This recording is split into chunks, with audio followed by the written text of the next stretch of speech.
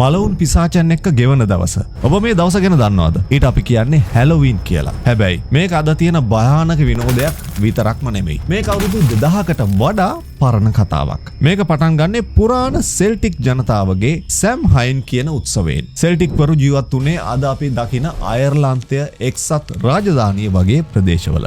ඒ අයගේ දින දර්ශනය අනුව ඔක්තෝබර් 31 කියන්නේ ගිම්හානේ ඉවර වෙලා අලුත් අවුරුද්දක් පටන් ගන්න දවස. මේ රාත්‍රියේදී තමයි මලවුන්ගේ ලෝකයයි ජීවත් වන අයගේ ලෝකයයි අතර තියෙන බාධකය ඉතාමත් සිහින් වෙනවා කියලා ඔවුන් විශ්වාස කළේ. අතීතයේදී මිනිස්සු මේ රාත්‍රියේදී සතුන්ගේ හම් ඇඳගෙන මුහුණු ආවරණ දාගෙන ගිනිමැල ගාවට එකතු වුණා. ඒක කලේ නපුරු ආත්මයන්ට බය නැති බව පෙන්වන්න සහ ඔවුන්ට අඳුරේදී නොපෙනී ඉන්නයි. පස්සේ කාලික ක්‍රිස්තු වර්ෂ 8 වන සියවසේදී 4 වන ගෙගරි කියන පාප්තුමා විසින් මේක සියලුම සාන්තුරයන්ගේ දවස නැත්නම් All Saints Day කියන නමින් නොවැම්බර් 1 වෙනිදාට යෙදුවා. මේ All Saints Day කියන එකට කලින් දා රාත්‍රිය එනම් ඔක්තෝබර් 31 තමයි All Hallows Eve විදියට ප්‍රසිද්ධ වෙලා අද අපි දකින හැලෝවීන් බවට පත් උනේ. හැබැයි මෙතන තියෙන භයානකම ඇත්ත කතාව මේකයි. සෙල්ටික් පුරාවෘත්තවල සඳහන් වෙනවා මේ සැම්හයින් රාත්‍රියේදී මලවුන්ගේ අධිපති වෙච්ච ඩාක් තිමෝතියස් කියලා දේවතාව පෘථුවියට එනවා කියලා. ඒන වෙලාවේ මිනිස්සු වඳින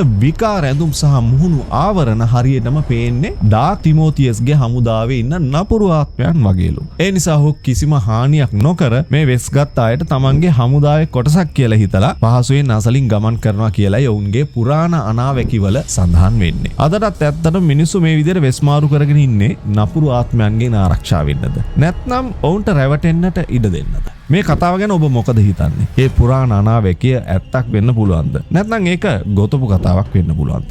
ඔබේ අදහස පහලින් කමෙන්ට් කරන්න. ඉතින් මේ ගෙනාපු අద్භූත කතා මාලාව අදින් නිමවටපත් වෙනවා. අපේ channel එක follow කරන්න, වීඩියෝ එකට like කරලා තවත් කෙනෙක්ට බලන්න share කරන්න. එහෙනම් ඊළඟ වීඩියෝ එකේ ඉඳලා අලුත්ම කතා මාලාවකින් මම නැවත හමු වෙන්නම්. ඔබට සුබ දවසක්.